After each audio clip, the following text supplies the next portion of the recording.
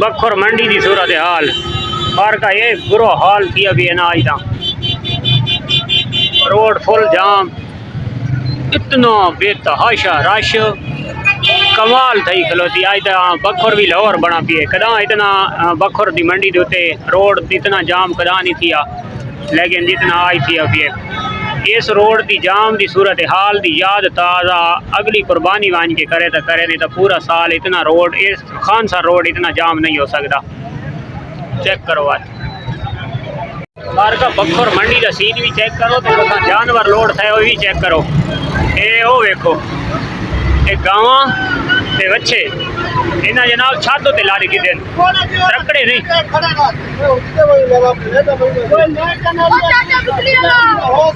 करो जी, ये चेक करो गाय लदियां खलोतियां, दांत लदे खलोते, झोटे कटियां लदे खलोते, छात देखो कितनी सारी खलोते, रकड़े नहीं। व्यापारी उस्ताद व्यापारी होने यही कोई गिदी वह शहजादी। मोटरसाइकिल स्टैंड उत्थे पर्ची वाले ते राशि गेट है, ये तो दो त्राए गेट हैं ते हाल पोजीशन बनी पई है। अस्सलाम वालेकुम टू ऑल संगात, क्या हाल है जनाब? ठीक ठाक हो? उम्मीद करने सारे भिरा ठीक ठाक हो सन। अल्लाह पाक सारे भिरावां दे माल जान इज्जत आबरू हर शे दी हिफाजत फरमाए ते अल्लाह पाक सारे मुसलमानां दियां बच्चियां दे नसीब अच्छे फरमाए। मार का सवेरे ले गया मंडी दे उत्ते, मंडी दी सूरत हाल ते पोजीशन दिखी है। उस्ताद इतना रेट अज आपा ही ना ताज बखुर सा लाहौर बना खलोता है, क्योंकि सारे लाहौरी जेड़े आना ट्रक शराक भर के तो थाई आए खलोते हैं। ते ये जेड़े शहजादे असां घेन आया थे ना, अज ये जियां एक शहजादा 32,000 31,000 समझो 30 तो तले ये जियां शहजादा विक ही कोनी, क्योंकि असां 25-26,000 रुपए देते निक्कियां निक्कियां भेड़ां विकदियां वधियां नहीं से दमानी नस्ल दियां। ताल अलहमदुलिल्लाह ये असां स्टाक परचेज कर गए दाई जुमेरात वाली मंडी दो, तो माशाअल्लाह ये स्टाक सानू बहुत ज़बरदस्त मिल गया है। तो ये जनाब स्टाक दी मैं तुहानू पूरी डिटेल भी देना और इन्हां दी मैं प्राइस भी दिखाना। इधे मार भाई, ये जनाब दमानी असां गिदे ना ईद कुर्बान के लिए। चेक करो इन्हां दे, ये है ना डारपर शीप है तेरी खैर होवे। तो उस तो इलावा जनाब इसकी हाइट अच्छी है, ये बहुत अच्छी हाइट है, दुम्बे नाल क्रॉस है। ते एक ये है शहजादा ते एक ये देखो ये मारखोर भी विचे है आई शिना तेरी खैर हो। देखो भाई सेंग देखो है मारखोर दे।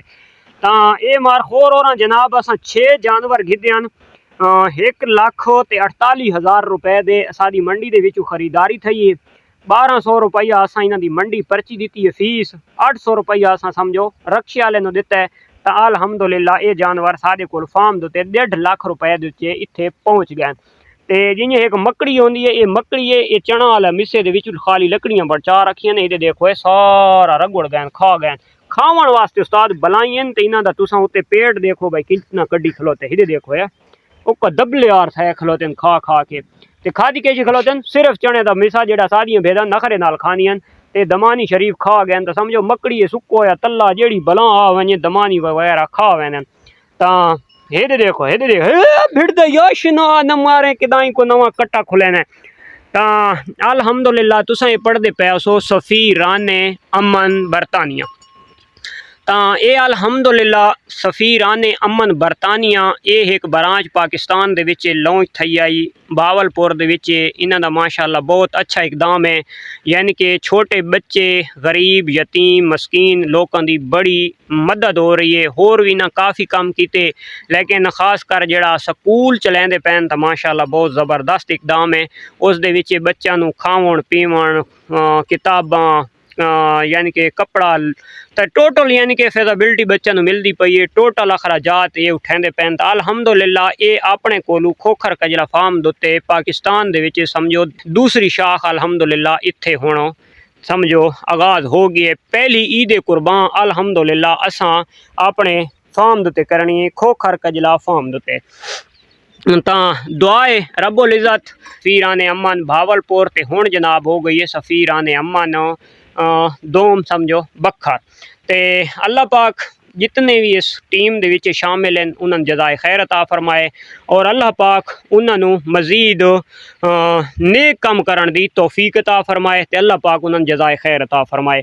तो ये अल्हम्दुलिल्लाह इंशाअल्लाह तो ये पहली ईद कुर्बान हो रही है। दुआ कराए कि अल्लाह दी ज़ात सानू इतना एक कोशिश करन दी तौफीक अता फरमाए कि खिदमत खालक असां आने वाले टाइम दे विच होर इस तू बेहतर कर सकां। साडी कोशिश होसी और जितनी कितनी थी वैसी तो असां इंशाअल्लाह इस दोते होर मजीद खिदमत खालक दोते कम करसां कि किसी गरीब दी मदद भी थी पोसी ते मत्ता अल्लाह इन्हां कमां दे विच राजी थी पोसी। तो अल्हम्दुलिल्लाह जेड़ा काम इत्थे थी सी या जेड़ा साडे कोल आसी तो बिल्कुल इंशाअल्लाह ते जेड़ा रुपया भी होसी तो रुपया भी इंशाअल्लाह किदाई वंजण नहीं लगा, इंशाअल्लाह मुस्तहिक लोगों तक लाजमी पहुंची। तो ये जेड़े असां जानवर करने तो ये इंशाअल्लाह ईद कुर्बान तू दूसरे दिहाड़े यानी कि पहली दिहाड़ कसाई सारे मसरूफ होने और दूसरे नंबर दोते बंदे शंदे हर बंदा काम कार दे विच मसरूफ होंदा है। तो असां इंशाअल्लाह इन्हां कुर्बान करसां ईद तू दूसरे दिहाड़े।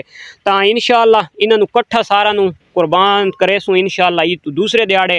तो ये सारा गोश्त गरीब मस्कीन यानी कि मुस्तहिक लोग जितने हैं तो सारा दोते इंशाअल्लाह असां तकसीम करसां। ते अल्लाह दी ज़ात ये साड़ी छोटी जी हाज़री जितने सारे सफ़ीरान अमन दे भाई हैं जितने इस टीम दे विच शामिल हैं और जितने भिरावां इस काम वास्ते कदम इकदाम उठाए तो अल्लाह पाक उन्हां दी ये हाज़री अपनी बारगाह इलाही दे विच कबूल फरमाए और आने वाले टाइम दे शर शैतान ते आफतां तो बचावन दी तौफीक अदा फरमाए।